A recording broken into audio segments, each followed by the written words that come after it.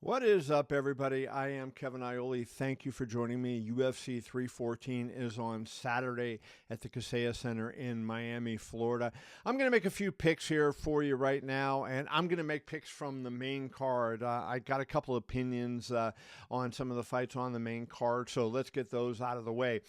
The odds I'm going to use are from DraftKings Sportsbook, and I am recording this at about 12:30 p.m. Eastern Time on Friday, the day before the fights.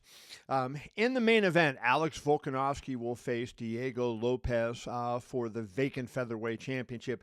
As you know, Ilia Topuria is moving up from featherweight to lightweight. He is surrendering the title. So Volkanovski, the former champion, will fight Diego Lopes for the belt in this fight. This fight is a very close fight, and I think the public opinion is really strong behind Diego Lopes. They see Volkanovski has lost 2 in a row and 3 of his last 4. Lopes has won 5 in a row. Volkanovski is a slight favorite, minus 142 at DraftKings. Lopes is plus 120. The over-under on that fight is over 3.5 rounds. Over is minus 160. Under is plus 124. I like Volkanovski in this fight, though. I will tell you, I guess I'm in the minority, but I like Alexander Volkanovski. And here is why.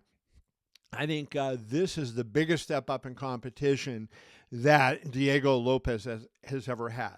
Do I think Lopes is capable of winning this fight? Absolutely, I do. But I think when we look at some of the intangibles here and some of the things that happen, I think that it favors Volkanovski. Number one, a lot is made of the 3 losses in the last 4 fights. Volkanovski has beaten Yair Rodriguez, but he has 2 losses to Islam Makhachev, the lightweight champion, and another loss to Topuria, who won the featherweight title from him at UFC 298. In the first fight with Makhachev, it went 5 full rounds, and it was a very close fight. It was a fight that could have gone either way. The rematch with Makhachev, however, was a totally different story. Makhachev knocks him out in the first round in very dominant fashion.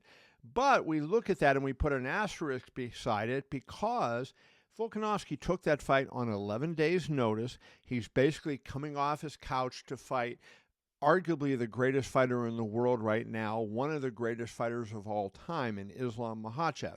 Makhachev had been in the middle of a hard training camp, and he was preparing for a fight. And Volkanovski was training, but it's a different thing, right? When you don't have a fight coming up.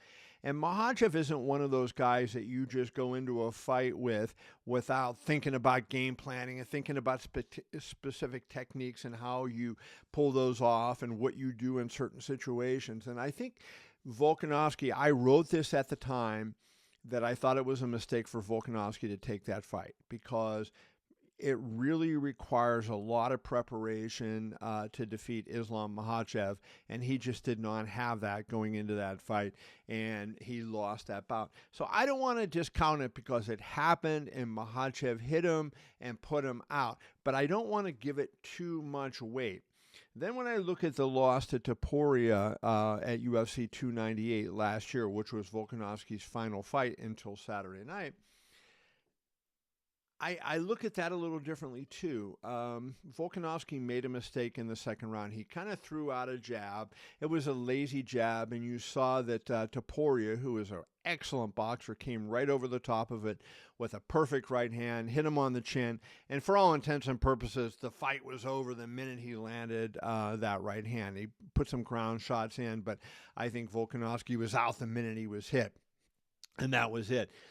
But the first round was a competitive round, right? So I think you look into it and you say, okay, again, not that I'm discounting it, not that I'm putting it aside, but that I weigh it against all the other factors in this fight. One of the factors is Diego Lopes is not as good as either Islam Makhachev, or Ilia Topuria. So the threat level that Volk faces, while high, is not the same as it would be if he were fighting Topuria or Makhachev. I think it's a little bit different. This is a big step up for Lopes. He hasn't fought the kind of competition in the UFC that Volkanovski has fought on a regular basis. So when Lopes came into the UFC, his debut was against Movsar Evloev, which was a really tough fight, and he fought hard. He lost the fight, but he fought hard. He did well, and that really got him a chance to stay in the promotion. He won 3 fights in a row in less than 2 minutes by first-round knockout, coming off a win over Brian Ortega at UFC Noche, which was a very impressive performance. But none of those fighters are as skilled as Volkanovski or as skilled as Makhachev and Topuria. Makhachev and Topuria are the 2 best fighters in the world, or 2 of the 3 best fighters in the world, along with John Jones. And boy, oh boy, I'll tell you, Volkanovski has fought everybody, and he knows what it's like. And I think he's going to be able to pull this off. His fight IQ. If he gets caught, that's one thing. But I think as we look at this fight, as it goes over time, I think Volkanovski is just smarter with the fight IQ. He'll make the adjustments. I like Lopes a lot as a fighter, and if he wins, I'm not going to be totally shocked. It's not like I'm sitting here saying, this is a slam dunk, back up the Brinks truck and bet everything you got on Volkanovski. But I think Volkanovski is the play here. I think he'll be able to mix his wrestling and his striking really well. I think he'll use his kicks to his advantage in this fight. And I'm going to lay the 142, and I'm taking Alexander Volkanovski in the main event.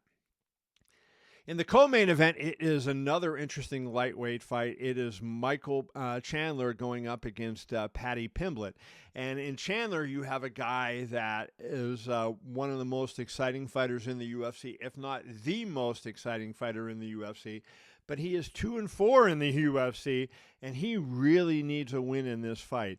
Paddy Pimblett is undefeated in the UFC, and he is the favorite here. Same odds as in the main event. Pimblett is -142. Chandler is +120. I think the big issue for Pimblett here, who is bigger than Chandler, at least taller, Chandler is a sturdier guy and everything, but Pimblett is the taller guy, the rangier guy. He has great submissions. He's a good striker. Doesn't have the kind of power that Chandler has. Chandler has that powerful striking and powerful wrestling. But I like Pimblett in the fight if he can, if he can deal with the pressure that Chandler is going to bring. The one thing that Chandler does is he gets in everybody's face. He is right up there in your face, and he forces you to either take advantage of openings he leaves, and he leaves a lot of openings, or make mistakes. And the fights that Chandler wins are fights where his pressure bursts pipes, they say, and causes other people to make mistakes. And Chandler forces his opponents into mistakes. Can Pimblett take advantage of that? This is a huge step up for him. His last fight against King Green, Bobby Green talked big before the fight. Pimblett showed that he was ready for that level of competition. But I think Chandler is another level up even still from that. It is a tough one for Pimblett, but I think Pimblett's really well-rounded, and I like what he can do. And I think he's a guy that doesn't let himself get caught up too much in all the hype and what's going on. He's a smart fighter in there, and he takes advantage of what is presented to him. So I am going to lay the 142, and I will take Paddy Pimblett to defeat Michael Chandler in that one. And then the other play that I have here is under in the Mitchell and Jean Silva fight. Now, Jean Silva missed weight, so that is a little bit concerning. But the over-under is 2.5 rounds. Over is +114. Under is -145. So under is a slight favorite in this fight. And Both guys have the ability to end fights. Bryce Mitchell has really good submissions. He has been knocked out. Jean Silva has that power. We have seen it. He has that really fierce punching power, and he has the ability to finish the fight in a heartbeat. And I just kind of figure, we're looking at about 12 and a half minutes here. I think that that's enough time for one of the two of them to get it done. I really liked Silva before the weigh-in, right? So I was going to take Jean Silva to win the fight. But given what has happened in him missing weight, not sure. You never know how somebody's going to come back after missing weight like he did. And so as a result, I'm not going to play him to win the fight. It's been an emotional buildup. Bryce Mitchell's comments about Hitler that he made in January have been central to this promotion of this fight. Jean Silva has mocked him for it. They had a really intense stare down at the press conference on Thursday, and emotions are going to be really high. And that emotion takes energy, right? So that concerns me a little bit in playing Jean Silva to win. But I think it's going to be one of those fights where somebody's going to make a mistake and the other side is going to take advantage. And given that, I just kind of think that it is an under fight. We have 12 and a half minutes to go here, and I think somebody is going to get a finish. So that's my final play there. I'm going to lay the 145, and I am going to take the under in the Bryce Mitchell and Jean Silva fight. So to recap what I have Alexander Volkanovski minus 142 to win and become the new featherweight champion. I have Paddy Pimblett at minus 142 to win and remain undefeated in the UFC. And then I have under in the Jean Silva Bryce Mitchell fight, under 2.5 rounds. I'm going to lay the 145 and play the under there. I hope you have luck with your bets. I hope you enjoy the fights. I am Kevin Iole. Check me out at keviniole.com. Plenty of content on there. Got a column on the 20th anniversary of Forrest Griffin's win over Stephan Bonner, which was this week, so go check that out. Please like this video, subscribe to my channel if you're not already, and I appreciate you guys. Enjoy the fights, and we will talk to you all soon. Be well, folks.